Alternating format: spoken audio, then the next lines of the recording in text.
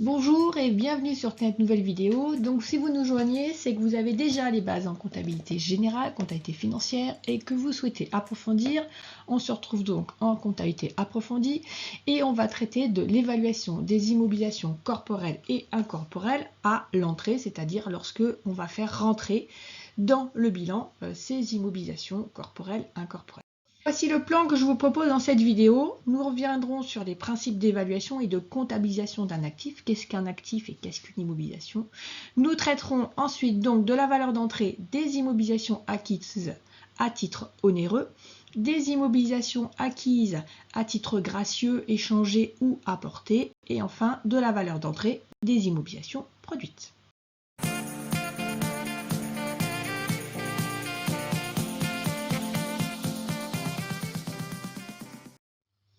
Vous êtes donc bien installé, vous avez votre papier, votre crayon, de quoi noter, et donc nous allons commencer par traiter de l'évaluation et de la comptabilisation, de la reconnaissance de ce que c'est qu'un actif. Des définitions d'un actif, alors en comptabilité approfondie, si vous souhaitez approfondir, je vous conseille fortement d'aller régulièrement vous référer au plan comptable général. Il est édité par l'autorité des normes comptables, mais il est disponible sur un site que je vous recommande, dont je vous mets le lien en haut à droite ici, qui s'appelle plancomptable.com et vous retrouverez tous les textes du plan comptable général. Nous, ce qui nous intéresse ici, c'est l'article 211.1 du PCG qui définit un actif, qui dit un actif est un élément identifiable du patrimoine ayant une valeur économique positive pour l'entité, c'est-à-dire un élément générant une ressource que l'entité contrôle du fait d'événements passés et dont elle attend des avantages économiques futurs. Alors pour ceux qui préparent l'UV de comptabilité approfondie, c'est important que vous connaissiez cette définition d'un actif et en particulier les points clés. Alors qu'est-ce qu'il y a comme point clé? Le premier point clé, c'est qu'on vous dit que c'est un élément identifiable. Alors lorsqu'on va parler d'un actif corporel, étant donné qu'on va pouvoir le toucher, il est facilement identifiable, mais lorsqu'on sera sur un élément immatériel, ça va être un petit peu plus compliqué. Et donc on définit quelque chose d'immatériel comme étant un élément identifiable si soit il est séparable, soit il y a un droit qui est attaché dessus. On reviendra dessus par la suite. Deuxième élément clé de cet article, c'est que cet élément identifiable, il doit être contrôlé par l'entité. Donc ça veut dire que l'entité, l'entreprise ou l'association qui fait sa comptabilité en partie double va maîtriser l'utilisation de son bien.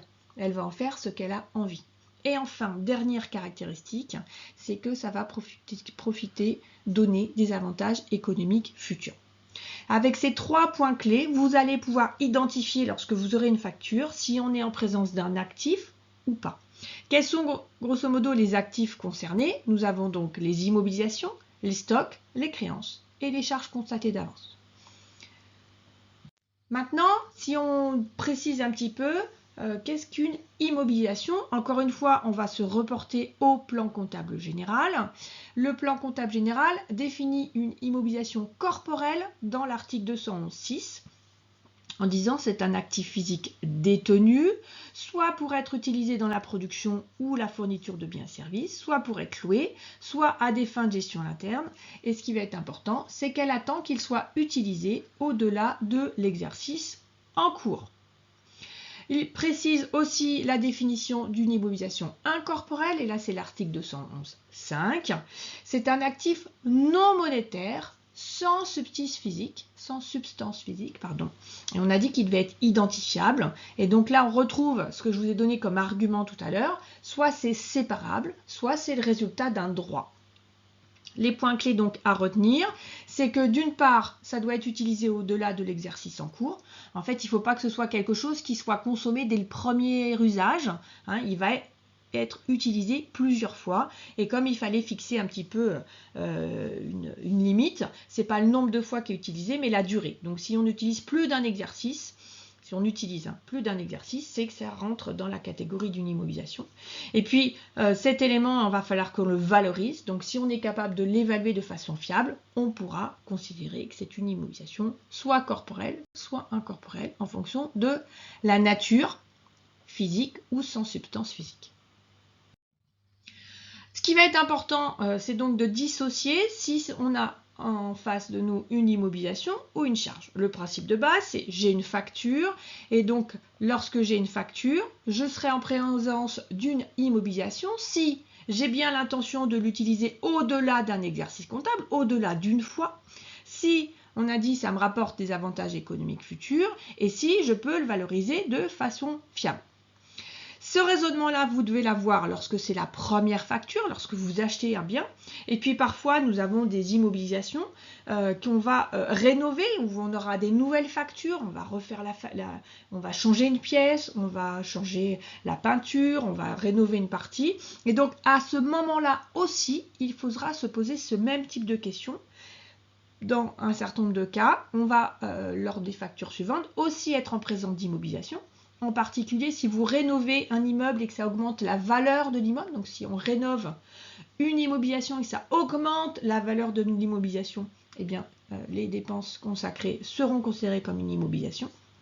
Et donc, ce raisonnement-là est à avoir en initial et lors des factures suivantes. Nous allons faire un petit hiatus sur les actifs de faible valeur. De mobilier faible valeur, ça marche aussi sur le petit matériel et outillage de faible valeur, sur du matériel informatique ou bureautique de faible valeur, qui a priori répond bien à la définition d'une immobilisation. Mais en fait, le PCG applique un principe qui est le principe d'importance significative. Et donc, dans l'article 212.6, on retrouve les éléments suivants. Les éléments d'actifs non significatifs peuvent, c'est bien peuvent, c'est pas une obligation, peuvent ne pas être inscrits au bilan. Et dans ce cas-là, on va les comptabiliser en charge. Donc vous regarderez bien et vous noterez bien qu'il n'y a pas de seuil dans cet article du plan comptable général. Et donc chaque entreprise va choisir son seuil, un seuil de significativité. Cependant, le fisc, lui, fixe un seuil de 500 € et c'est ce seuil qui est souvent utilisé. Ce n'est pas une obligation d'utiliser ce seuil et d'utiliser un seuil de façon générale. Une fois qu'on a défini ça, il faut savoir donc à quelle valeur on va faire entrer ces immobilisations. Premier cas de figure, lorsqu'on paye, lorsqu'on acquiert une immobilisation à titre onéreux. Alors la règle veut qu'on la comptabilise au coût d'acquisition. C'est inscrit dans l'article 213.1 du plan comptable général qui liste en fait les différents cas de figure. Et donc premier cas de figure qu'on va traiter là, ce sont les actifs acquis à titre onéreux et on nous dit que c'est le coût d'acquisition. On verra dans la suite les biens à titre gratuit voie d'échange et les biens produits. L'article 213.8 du PCG, je vous en donne qu'un extrait parce qu'il est un peu plus long, explique ce que c'est que le coût d'acquisition. Parce que nous dire qu'on comptabilise au coût d'acquisition, si on ne met pas d'accord sur ce que c'est qu'un coût d'acquisition, c'est un petit peu compliqué. Donc, qu'est-ce qu'on met dans le coût d'acquisition? Premièrement, le coût d'achat, tous les coûts directement liés. Éventuellement, si on a un bien et que lié à ce bien, on doit remettre en état le site, on doit démanteler ce bien, on va estimer les coûts de ce démantèlement. Et sous certaines conditions, que nous verrons plus tard, on va pouvoir aussi intégrer dans ce coût d'acquisition les coûts d'emprunt. On va faire une petite synthèse quand même de tout ce qu'on met dans le coût d'acquisition. Donc première étape, on va donc mettre notre prix d'achat. Jusque-là, tout va bien, c'est ce montant de départ. On va aussi, comme pour une facture classique, réduire et donc intégrer les réductions commerciales, les rabais, les remises, les ristournes, comme une facture de droit classique. On va également, et ça c'est une spécificité des immobilisations, déduire la réduction financière, c'est-à-dire l'escompte.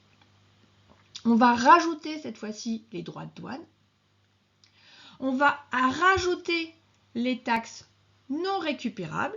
Et ça, c'est contraire à ce qu'on fait pour la TVA. La TVA étant une taxe déductible, en fait, on ne l'intègre pas dans le coût d'acquisition. Par contre, les taxes non récupérables, on les prend bien en compte dans le coût d'acquisition. Donc, ça va venir augmenter le coût d'acquisition. Vient également augmenter le coût d'acquisition, tout ce qui est frais de transport, de montage, d'installation. De façon générale, tous les frais accessoires liés à l'utilisation, à la mise en service de ce bien. On va aussi intégrer les droits de mutation, les honoraires, les commissions, les frais d'acte. Mais sur option, on pourra les mettre en charge. Donc c'est un choix de l'entreprise, soit de les intégrer au coût d'acquisition, soit de les mettre en charge avec à chaque fois, lorsqu'on est confronté à la question, se poser la question de quelle est la méthode précédemment utilisée, et le principe de permanence des méthodes fait qu'on appliquera les méthodes déjà appliquées. Les coûts d'emprunt, on a dit, s'intègrent dans le coût d'acquisition, mais sous condition, qu'on verra plus tard. S'il y a des frais de formation externes qui sont nécessaires à l'utilisation du bien, ils vont encore une fois être intégrés. Donc, sur option, ces frais de formation peuvent également être mis en charge. Tout va dépendre un petit peu des choix et de la méthode de l'entreprise. Et enfin, les coûts de démantèlement, de restauration de site, de remise en état, vont également être intégrés dans ce coût d'acquisition, la difficulté étant d'en faire une estimation le plus fiable possible. Revenons donc sur les conditions d'activation des coûts d'emprunt. C'est précisé dans le plan comptable général, c'est précisé dans l'article 213.9. Donc il est indiqué qu'on peut les inclure dans le coût de l'actif, que ce soit pour un bien produit ou que ce soit un bien acquis. Et la règle, donc on vous dit soit je le mets en charge, soit je le mets en actif. Et donc pour pouvoir le mettre en actif, il faut qu'on ait une longue période de préparation ou de construction avant de pouvoir être utilisé ou vendu. Ça veut dire quoi? Ça veut dire qu'il faut anticiper. Donc, quand c'est dans la production de biens, le prêt, il doit avoir eu lieu avant le début de la production. Et lorsque c'est une acquisition, de la même façon, l'emprunt, le prêt, aura dû être souscrit avant l'acquisition de cette immobilisation. C'est-à-dire qu'en fait, on considère que si l'entreprise a dû faire un emprunt pour acquérir cette immobilisation, alors les coûts d'emprunt peuvent rentrer dans le coût d'acquisition.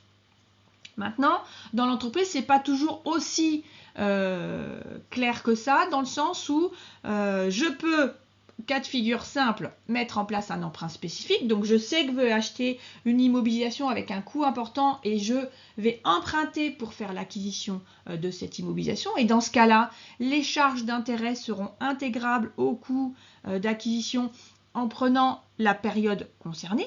C'est-à-dire que si j'ai un emprunt qui court avant l'acquisition et après la fin de l'amortissement du bien, je ne prendrai que la période concernée. Si au contraire, ce qui se passe, c'est que j'ai fait plusieurs emprunts et ces plusieurs emprunts me permettent d'investir dans plusieurs immobilisations, je n'ai pas un emprunt spécifique, mais plusieurs. Dans ce cas-là, seuls les emprunts qui sont souscrits avant l'acquisition sont à prendre en considération, ou avant le début de la production. Et la difficulté, c'est lorsqu'on a plusieurs emprunts différents, on a souvent plusieurs taux différents, et donc pour calculer les charges d'intérêt qui vont rentrer dans le coût d'acquisition, on n'a bien que les charges d'intérêt, quand on prend en compte ces charges d'intérêt, on doit calculer un taux moyen des emprunts, et encore une fois, on prend à la période concernée. Donc je vous renvoie vers une petite vidéo, je vous mettrai le lien en haut pour aller calculer ce coût moyen d'un emprunt, des différents emprunts nécessaires à la production ou l'acquisition d'immobilisation. Parlons maintenant de la valeur d'entrée des immobilisations acquises à titre gratuit ou apportées ou échangées. Le point de départ, le PCG, on l'a vu tout à l'heure, on ne reviendra pas dessus, dit que ça doit être comptabilisé à la valeur vénale. Même si vous avez déjà vu la valeur vénale, revenons à ce que dit le PCG, puisqu'il le définit.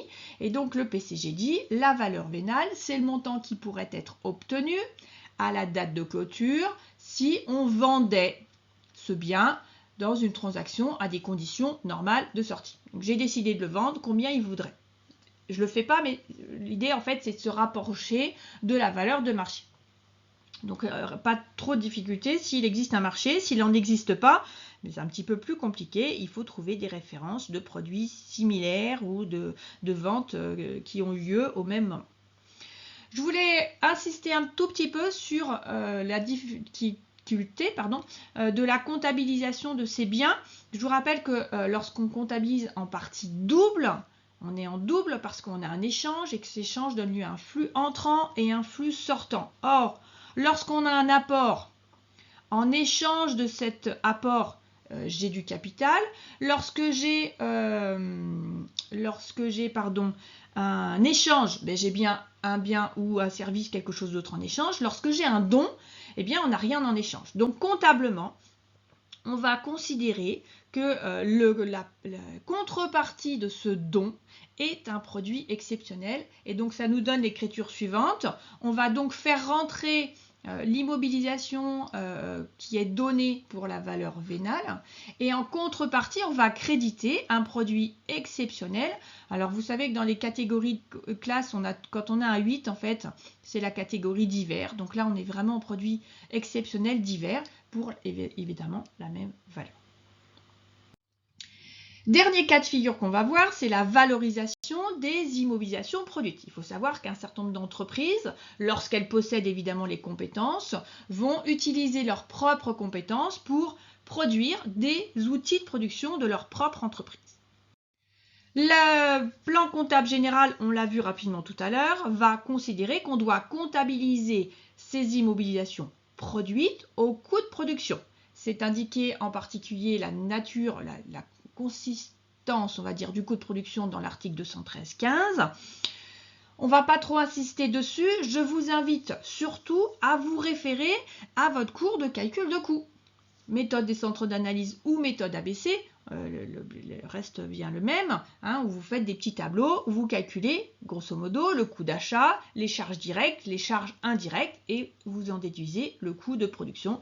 C'est ce qui va donc nous permettre d'évaluer les entrées d'immobilisation produite. Si on fait une petite synthèse quand même rapidement, on va donc intégrer le coût d'acquisition des matières premières. Attention, j'ai bien dit coût d'acquisition et non pas prix d'achat, donc il faut calculer le coût d'acquisition.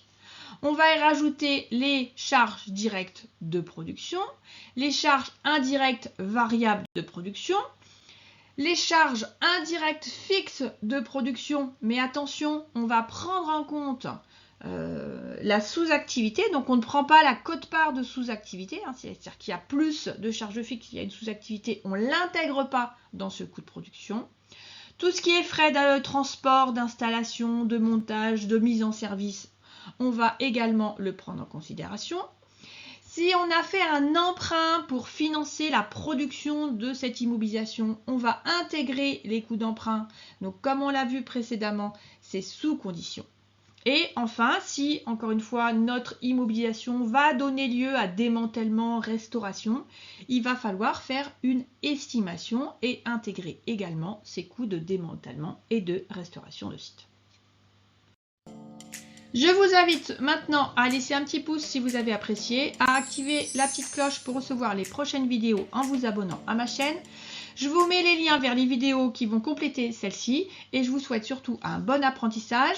N'hésitez pas à aller regarder les références également dans le commentaire, dans la description de la vidéo et en particulier, je vous invite encore une fois à aller sur le site internet plancomptable.com sur lequel vous retrouvez l'ensemble du plan comptable général. Bon courage et à bientôt!